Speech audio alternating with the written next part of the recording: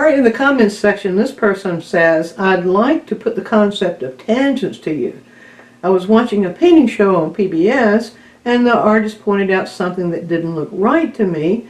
He said 3 lines were intersecting, and he must move one. But apparently he didn't explain it any further than that, because she goes on to check Google, and nothing comes up. So, well, we can give some clarity to tangents.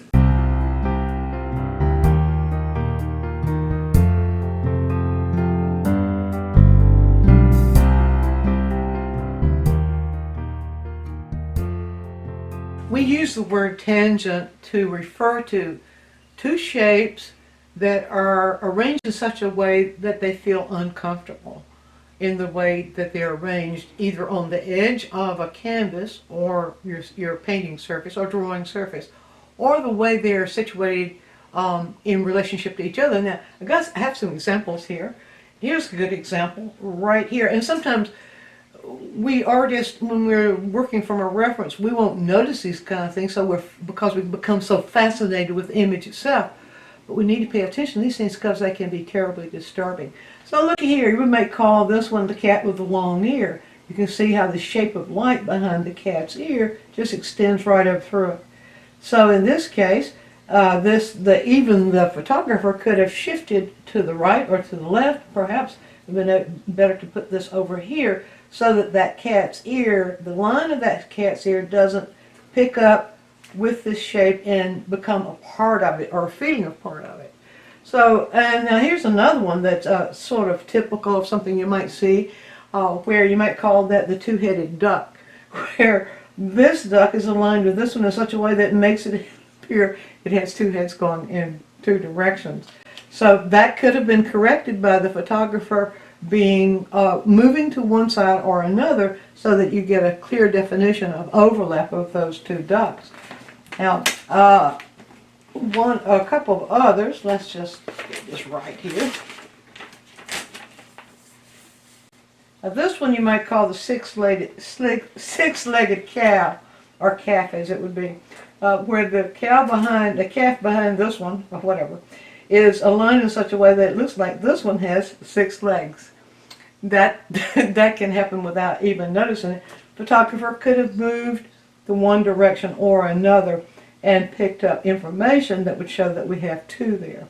Here's another one. We might call that the forest climbing up the tree. You see where the line, the edge of this group of trees down here join the edge of this tree, making them look like they're merging together. Well, we have several instances of tangents. Now, this is certainly not all, but I have a few that I want to show you just quickly, some illustrations, the things to watch for that can disturb your composition. You might be so proud of your technical work, how well you define the image or the import of the image, so much that you might not even notice these things unless somebody like me points it out to you. One thing that I see often that happens, this is just very simple, is that the composition will be arranged so that there will be a corner cut off of a shape. That could happen if there's a road that's moving through, and that road was on the outside here, moved in, and then moved out. Again, cutting off a corner of space, that can be disturbing because that isolates the corner, this even corner.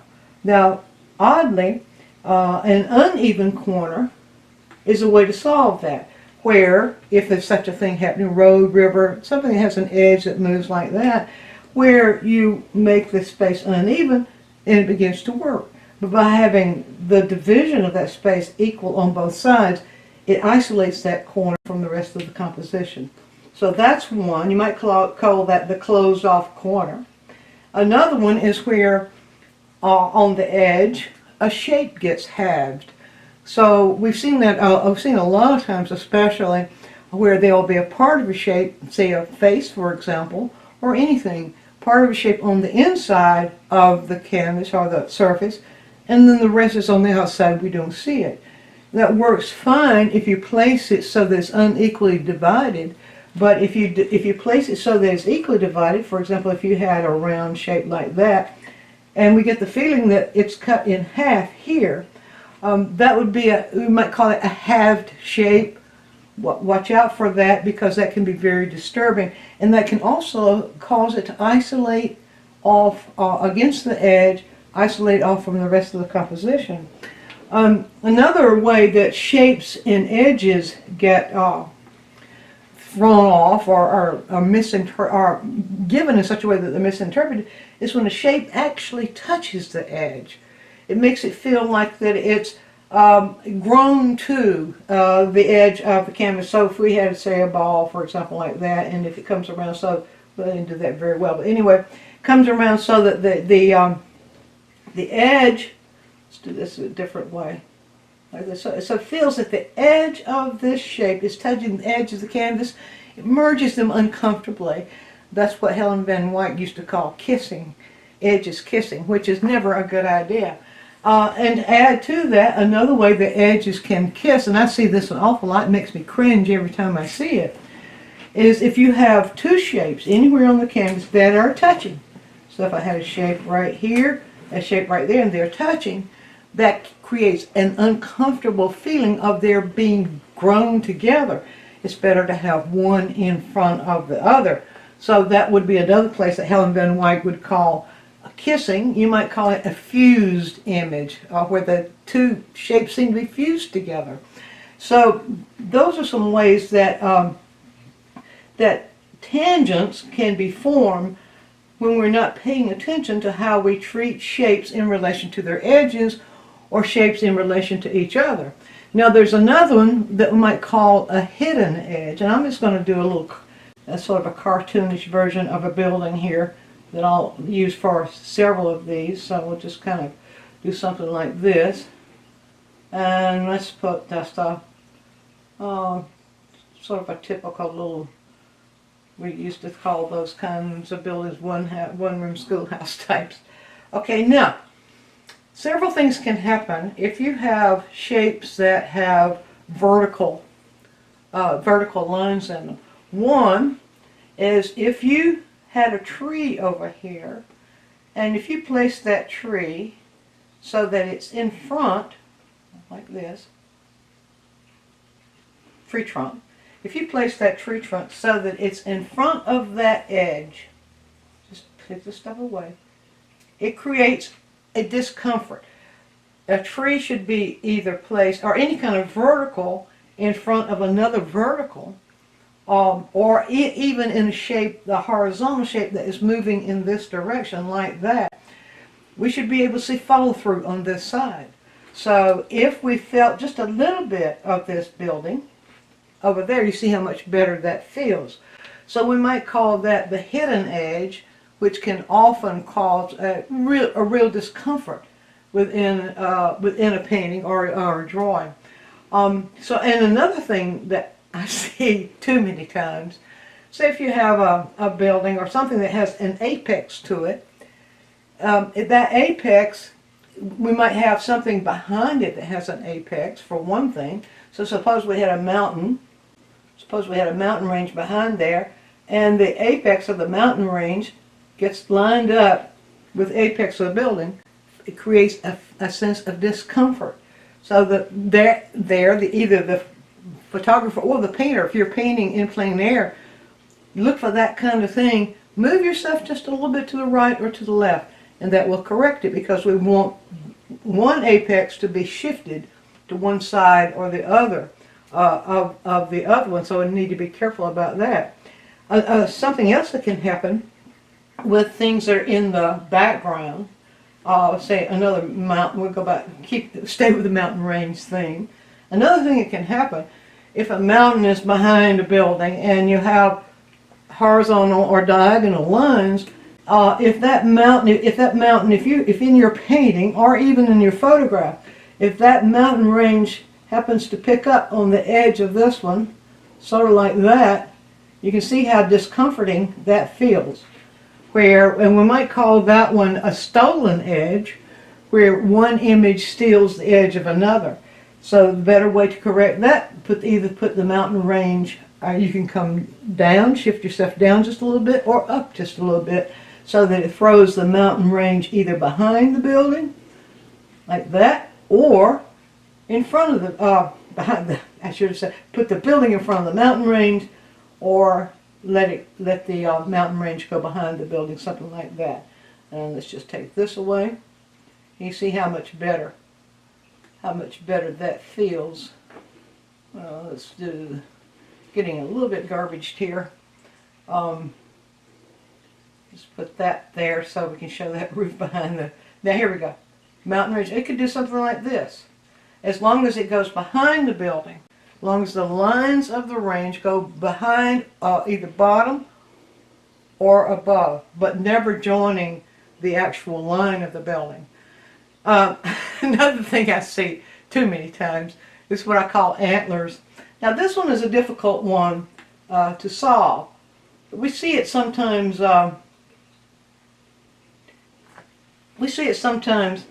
In where there are trees behind an image. You might see a row of trees that are directly behind an animal, and so those trees, if they're directly behind, they can begin to look like antlers, especially if there's more than one tree. So something like that, and then you have another tree, and you see it feels like it's growing right out of the building itself. Let's just get tree trunks here. Something like that. So that can be very discomforting. Now one way that one's a trickier one. One way that you can correct that is to have value variation in these, and as they meet this edge, in some way join them in value. It's a really difficult one, but you need to pay attention to that. If you have the feeling, if you have trees behind something, it feels like antlers growing out. That means you can make some kind of a compositional decision.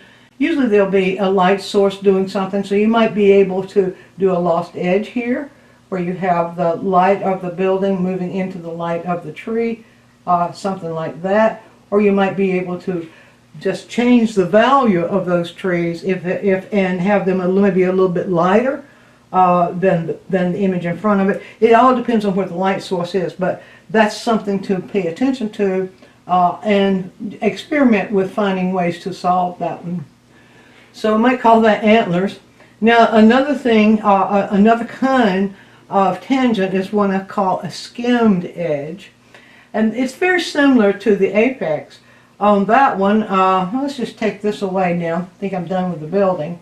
But this is the kind of thing you really need to watch for. It's when the top of an image is aligned or actually touches the top of an image behind it. So let's go back to the mountain range, for example, again. So we'll just do something like this for the mountain range, something like that. Now, suppose there are trees in front of that mountain range, and so, but when you paint those trees, you have got yourself in such a position that the tops of those trees get aligned and touching the top of that mountain range. You have to really watch for that.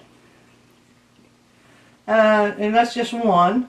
If there are two, that's even worse. The solution to that, if where you're standing, if you're in plein air, that's actually happening, you change it. There's nothing to say you have to have that happening there. Either lower that mountain range so that it feels behind. It's very similar to one of the others, like that, or raise it. So overlap, a feeling of overlap is what we're looking for there. The feeling of that mountain range being in distance, but you cut off that feeling if you have the top of the trees or whatever happens to be in front of the mountain range or anything else that has lines. If you have the top of one image aligned or actually touching the top of another image, that creates a kind of confusion, and it decreases the feeling of space between one image and another. So there you have it. There are 9, count them. You may want to go back and replay this quick tip and make a list of these. There are 9 there. There are others, but what you pay attention to in order to avoid tangents is you pay attention to the relationship of shapes to each other. You don't want them touching, and that's what most of these were about. It's about the way images can touch that is either misleading, or it clamps the image off, or it distorts the space between one image and another. Be sure and view all of our quick tips. And while you're doing so, subscribe to the channel, click on the bell so you'll always get a notice when we produce a new quick tip, which is every week. And if you have a question, leave it in the comments section and we'll make a quick tip for you.